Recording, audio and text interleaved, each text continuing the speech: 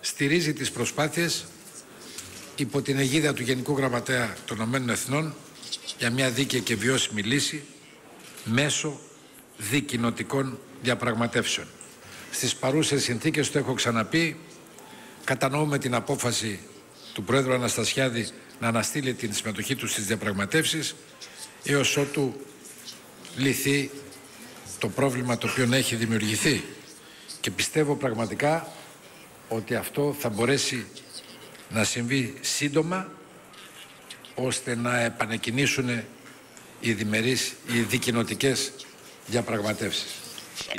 Αυτό που με εντυπωσίασε περισσότερο στις διμερείς συνομιλίες, τόσο των υπουργών μου όσο και με τον εξοχότατο κύριο Πρωθυπουργό, είναι το πόσο καλά έχει εγκατασταθεί ένα κλίμα συνεργασίας και μπορούμε με ευχέρεια να συνομιλούμε και να συνεργαζόμαστε. Είναι πάρα πολύ σημαντικό το ότι επικοινωνούν και οι καρδιές και τα πνεύματα και αυτό είναι πολύ σημαντικό για τις δύο χώρες. Βεβαίως υπάρχουν διαφορές μεταξύ γειτόνων, θα ήταν αδύνατον να συμβαίνει το αντίθετο.